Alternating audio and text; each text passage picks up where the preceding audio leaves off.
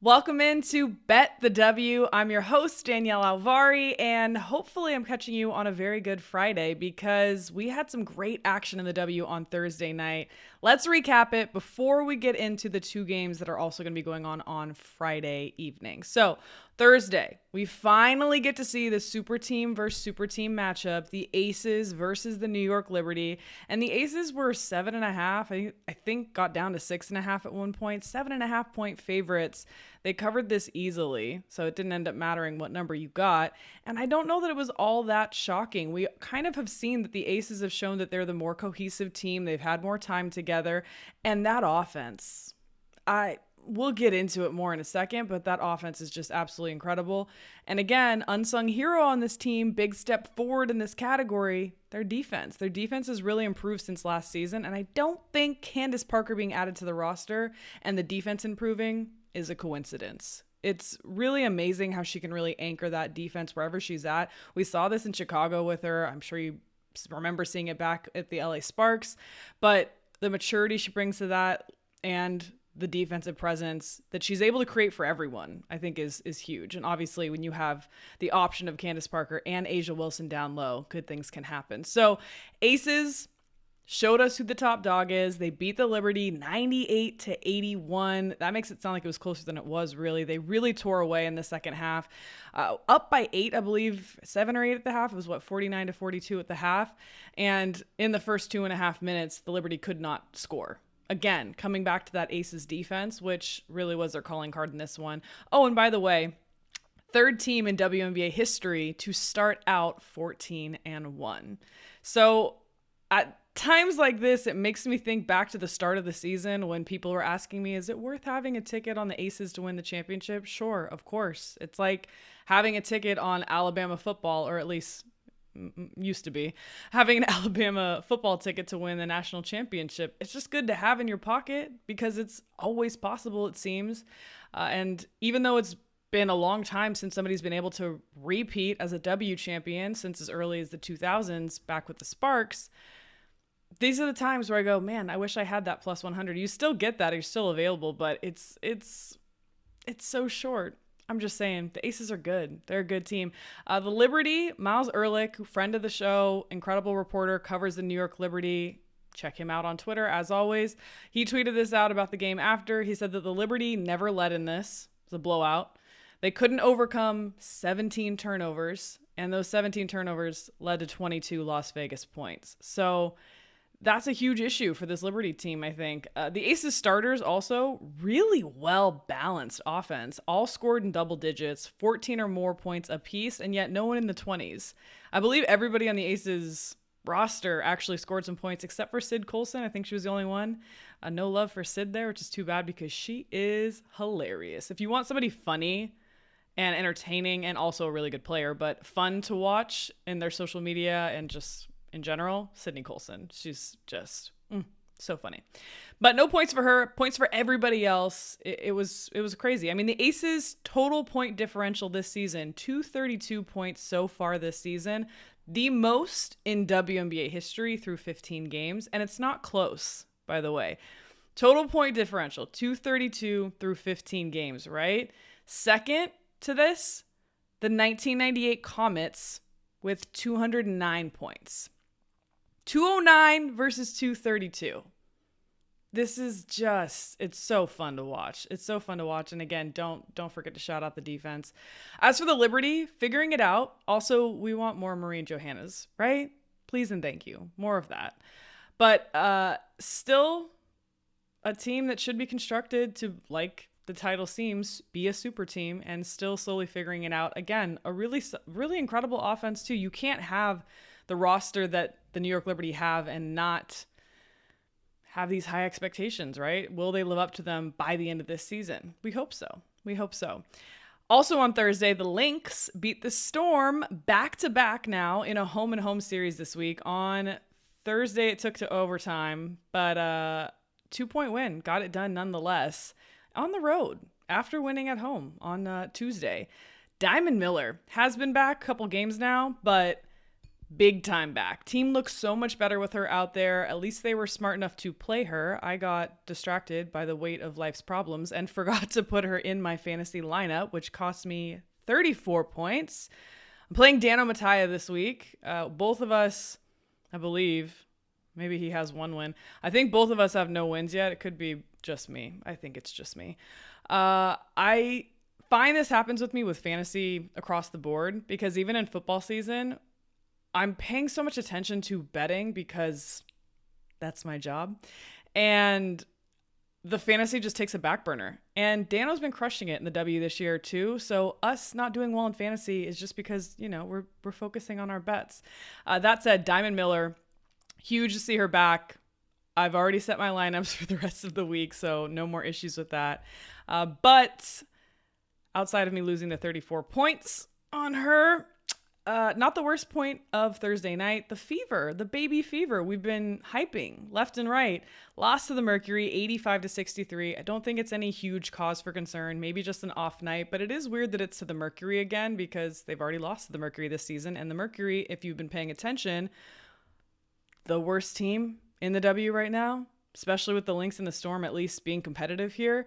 But now the Mercury come out 85-63 again, fired their head coach just this week. Didn't look so good in the last time out. This time much better.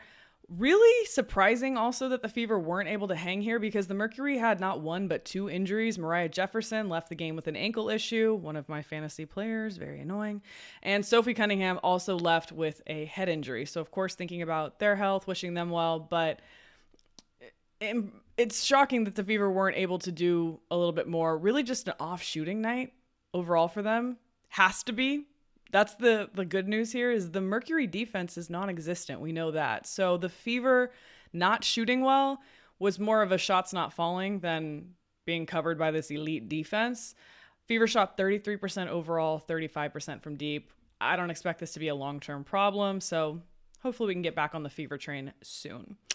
Friday, we have two games. Let's look at the two games on Friday, June 30th. This is not as fun to do by myself, by the way, guys. This is just talking to yourself in a room. It's really it's not the same. And I miss Calvin Wetzel, and he'll hopefully be back next week. I believe the man was on vacation. He also just did a hit on CBS Sports. We're so proud of seeing him do that. So make sure you follow him, follow Dana Mattia, follow all the good friends of this show because they are tweeting out incredible insights and information and bets at all times. That said, you can also follow Bet the W Show on Twitter. And with that, let's get into the Friday games. Washington Mystics at the Atlanta Dream here. The Mystics laying 2.5, total of 164.5. I don't know why it gives me such pleasure to guess the lines, but I've been doing it for every game so far this season, and I'm pretty impressed with how it's gone. These two games on Friday, nailed them. Exact lines that I thought. So I'm like, great, we're on track with this.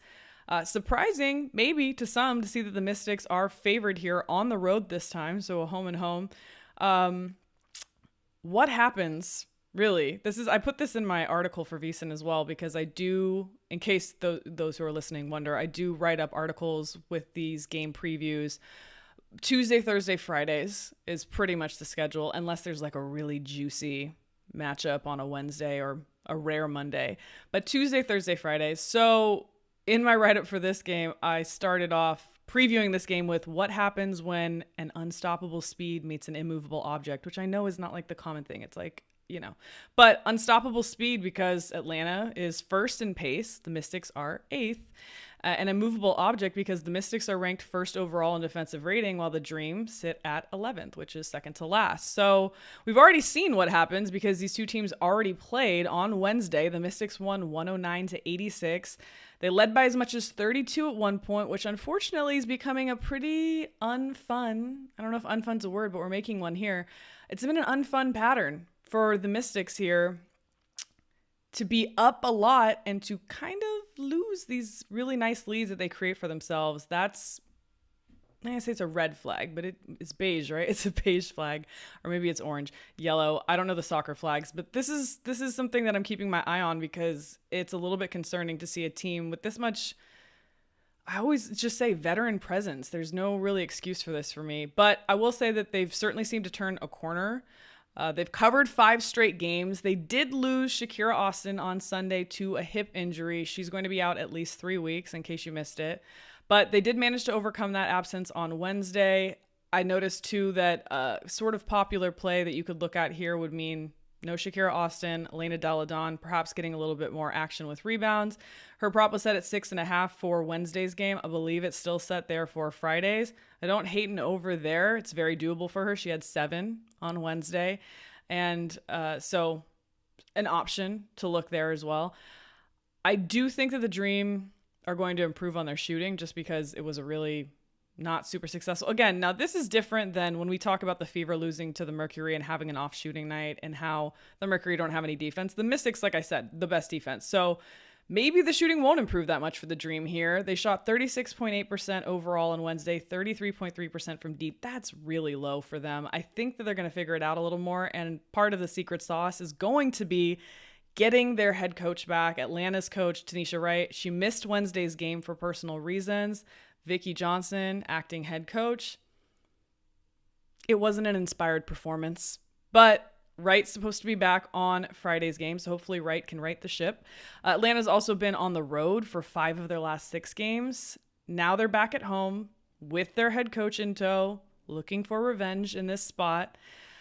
I still look to the Mystics here, and I really don't, especially this season, right? We've seen a lot of underdog action cash. I really don't like betting favorites this year, especially road favorites, my goodness. But looking back on the history with these two teams, which again can be really tricky, and it can be one of those things where, well, why would that be if it's different players and sometimes different coaches and different situations in each season? But it just kind of seems like this Washington team has figured out how to play this Dream team. They just have the style of play that seems to work really well against them. Last season, all 4 of the times they played, they didn't let them score more than 74 points in any of the matchups. Now, again, we're talking about last season, and this year, the Dream have made huge improvements on offense and overall. They're winning more games, they're playing better. But again, last season, 3 out of the 4 games went under. The totals were in the mid 150s. That was back in the good Mystics days when you could count on an under 152.5 sometimes.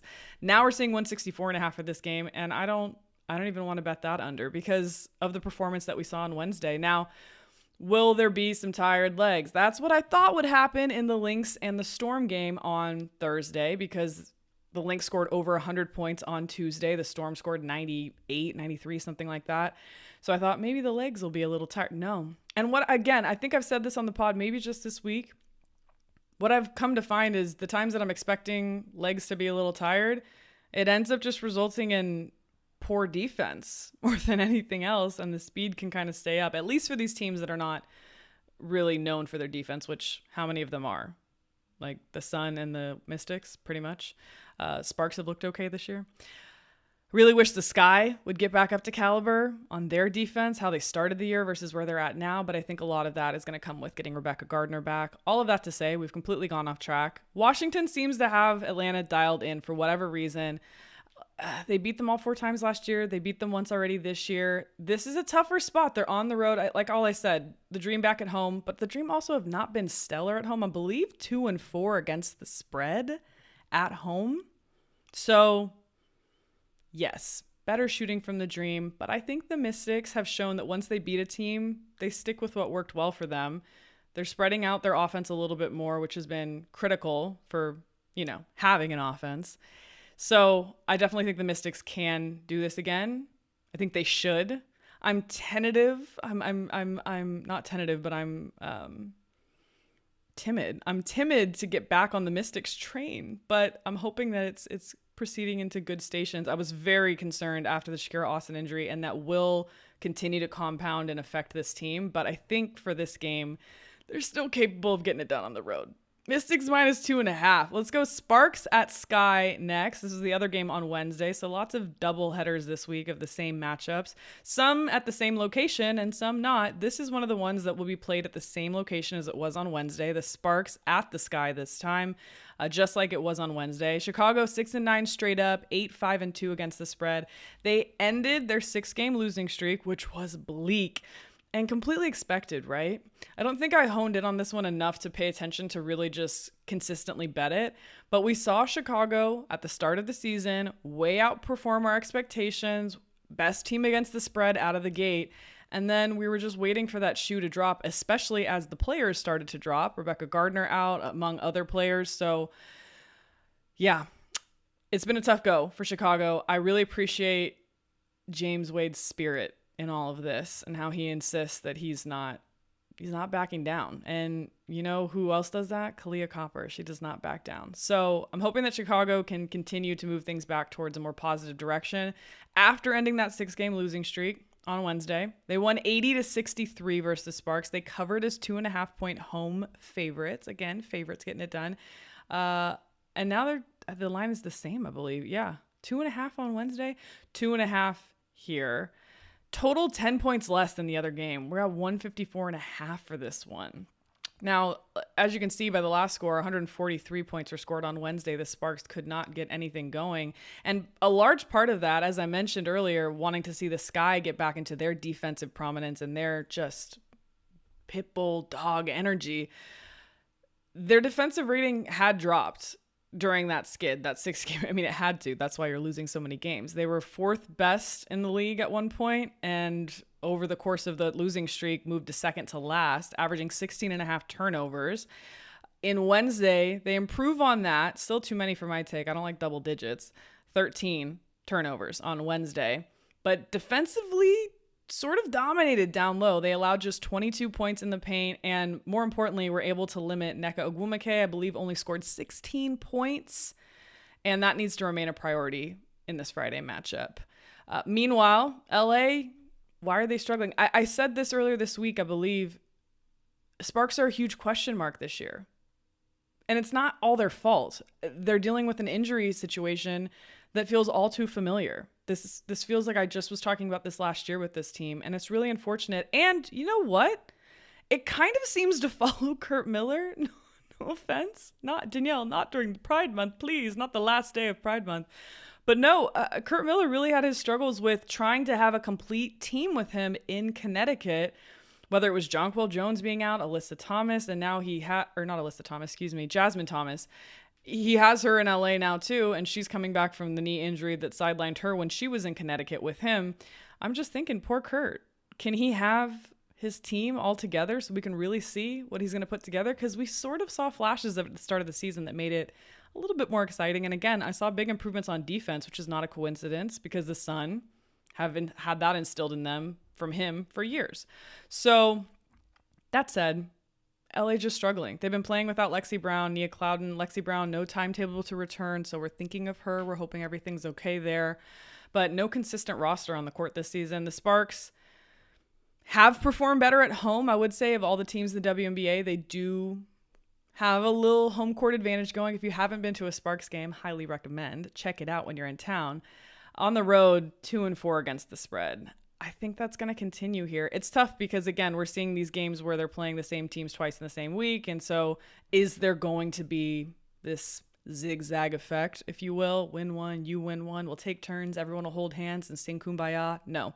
So I think that the Sparks are going to be able to continue, or not the Sparks. No. I think the Sparks' road woes are just going to continue pretty much. The under is 6-1 in the Sparks' last 7 games. Yeah, six unders in their last 7 does not inspire a lot of confidence, except for in betting their team total under. So if you have access to team totals to bet, highly recommend an under there. It's been a reliable option. They've scored 76 points or less in 5 of their last 6 games, and a lot of these games have been less than 70 points for them. Now, one bright spot's been very consistent, besides Nneka, because of course, all-star Nneka, of course. But another bright spot for the Sparks has been Jordan Canada, who has put together a lot of really nice, consistent performances. She's scoring in double digits in 10 consecutive games so far, ongoing streak. and she scored in double digits in 12 of the 14 games she's played this season. Love to see that consistency from her, especially as a former Bruin. Go UCLA. She has also scored more than 13 points in 6 of her last 9 games, and I believe the points prop I saw out there for this Friday game was set at 13.5. I think it was 12.5 on Wednesday, so it's a little unfortunate that it's bumped up. People are paying attention. But I think that the Sparks are going to continue to need Jordan Sparks. Oh my God. Jordan Sparks. No air? Yes? God, got to put that on my throwback playlist. Anyways, Jordan, her spark, the Sparks need it. I'm going to go over her points prop most likely in this 13.5. I like that one for the play of the day for this game.